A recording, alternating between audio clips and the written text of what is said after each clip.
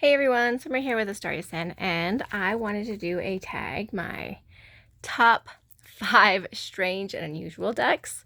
And the first one that I have, I'm going to try to make it quick. The first one that I have is the Louis Royo Tarot. Oh, let me see. It comes in this little tuck box. It does have some very, very risque images that I'm about to show you. So if you do not want to see risque images, then please fast forward and don't watch this part. All the rest of mine are pretty tame in that respect, except this one. So not all of the cards that I'm going to show you are like that, but a lot of them are. So the first thing I wanted to show you about this deck is that it's got some really interesting aces. So each one of the aces, hi Ellie, each one of the aces is like a leading female. Like, it's very interesting how strong these female characters are. Look at those guys. Isn't that insane? And I love this ace, this ace energy. Very strong, very feminine, very, like all this ability is there, but you're not quite sure, it's not quite sure where it's going yet. And there's so much potential, you know what I mean? And that's what I love about this deck, is that it kind of takes things a little bit differently. All right, up next in this deck, we're going to move into a little bit more risque. This is the High Priestess. And honestly, I think she's fantastic. She's darker than most High Priestesses. She's very dark compared to a lot of the High Priestesses that I have in my other decks, and I find that an interesting take on the High Priestess.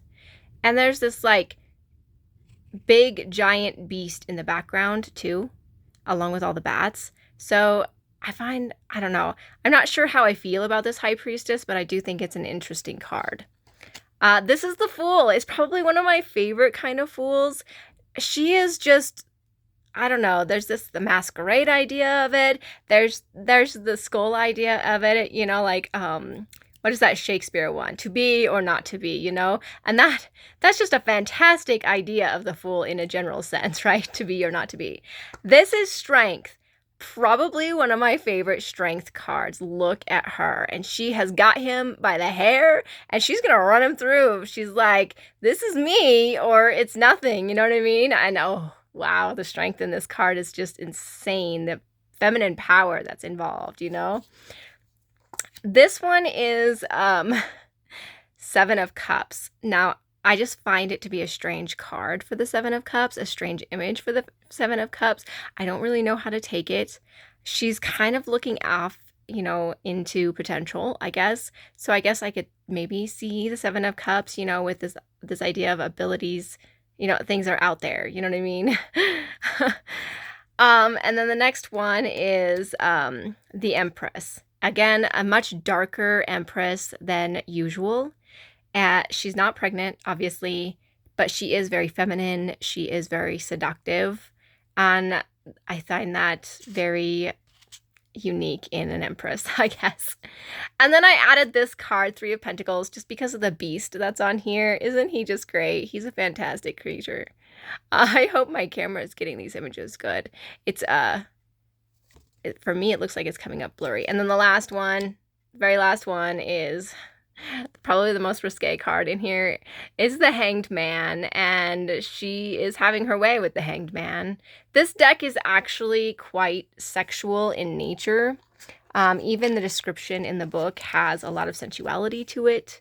It's just got a little booklet, but it does have a lot of sensuality inside the cards, talking about passion and lust and stuff like that. So, but it just has a little white book. Louis Royo is one of my favorite artists, male artists. I've liked his artwork for a very, very, very long time. All right, up next is the Mushroom Hunters Tarot.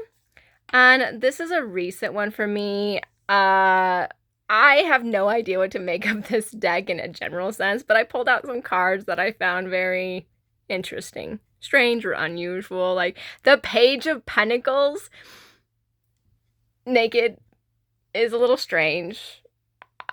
Yeah, I don't have words for that. The Fool is great because these mushroom spores are just being spread out into the world, and they're just gonna float wherever. wherever, you know, the universe takes them to go, and they may or may not take seed. You know what I mean? The Ace of Cups as overflowing mushrooms was a cool idea for, you know, this mushroom deck, and I liked that. The World. Okay, so mushrooms in a whole are very interesting because I find them to be a lot like trees. Now, mushrooms do tend to rely on death quite a bit more. That's how they grow, death and humidity and stuff like that. And so they need this overabundance of yuck, basically, in order to grow in a good way. But they all kind of talk to each other. They have an intermingling underground, just like trees do. But they're much shorter lifespan, of course, than trees. So I found that interesting as the World. And then I liked the King of Wands just because he looks like a gnome. Okay, the next one I have is going to be this goddess deck I have. It's called Goddess's Knowledge cards. These are interesting cards. Now, I'm not going to say that they're necessarily strange and unusual. They have like this strange beauty about them. They're very intense, and they have talking about the goddess on the back of the cards. So it's not like a normal style deck, but they're very intense cards, and I find them beautiful, obviously, but they're definitely not a norm in decks, or at least decks that I find. But the artwork is just, it really is beautiful, beautiful artwork. I don't like how glossy they are, but I do find them to be a bit strange in the very intense part of them. I find that strange about them. Okay, the next one, I only have 2 more left, and these are in no particular order, by the way. All right, the next one is the Fae Tarot. This is strange to me because of all the Fae, this is the only one that kind of looks like aliens to me. So it's like fairy aliens, and I find that interesting. This is Justice. How interesting is Justice? Like this, it's almost like in movies and stuff like that when you see this all-seeing person, and that's how this Justice is represented, and I find that very unusual as far as Justice cards go. This is, again, another Empress that is not usual. Obviously, she's not pregnant, right? But she is holding this very fantastical beast who's kind of cuddling with her. So she's still very loving and everything else, and she's kind of just looking after things around her still. So, I mean, I guess the strange part is just the essence of the card as the art piece goes. And then this is 10 of Wands, which is, you know, all those wands that you're always carrying on your back. And it's like, I don't know, the 10 of Wands is one of those cards where it almost feels like somebody's putting all those wands on your back. But in this card, for me, like, she's choosing to carry this giant orange that's way too big for her. And it's almost like she needs the sustenance. So she's going to carry the sustenance no matter how small she is. Almost like a determination, right? So I find that very unusual in a 10 of Wands card. This is the 4 of Chalices, and I like it just because of the strange artwork for the 4 of Chalices, the 4 of Cups. She's just hanging out above it, just having a good old time, you know?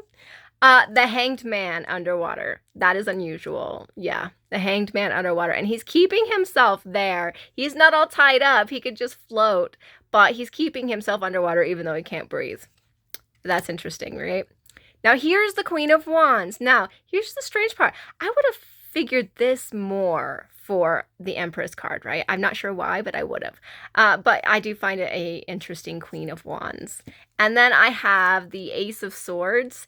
That's like very inspiring. It's almost a manifestation, and aces kind of have that manifestation quality in my opinion. And it's one of the first cards that I see represented in a good way of that kind of you can manifest things this way. And then, of course, the Tower, because he looks like Ludo, and that's unusual. The backs aren't my favorite. They're very strange. Yeah, so that's that one. The last deck is a little deck. It's the Harmonious Tarot. And I I love this deck, but it's also hard for me to see this deck. When I originally got this deck, I could see it, but I'm having a hard time as I've gotten older to see this deck. So hopefully I can represent it well. This is the Three of Wands, and the strange part is this cow with those eyes that are like daisies. And then I found the Magician to be kind of strange, just in like how he looks. He's kind of mysterious, and he's got these women next to him dancing around him, and that's weird for a magician, in my opinion. And then this is the Eight of Wands. This is a very strange Eight of Wands to me because he is holding her back. He's like pulling on her like, give me a kiss, lady. And she's like, no, no, I can't do that. But that's a very strange Eight of Wands card to me. Ace of Swords. This one right here like blew me away because I don't find a lot of movement in the Ace of Swords. Like, I find that, like, you saw the other Ace of Swords, right? Like a manifestation, right? That mental manifestation. But there's a lot more force and movement in this Ace of Swords than there was the other one. How crazy is that? So, yeah, these are the decks that I personally find strange and unusual in my collection. So I hope you guys enjoyed this, and let me know which of these 5 decks you find strange or unusual, or maybe you don't find any of my decks strange and unusual. That's okay too. So I hope you guys have a very great day.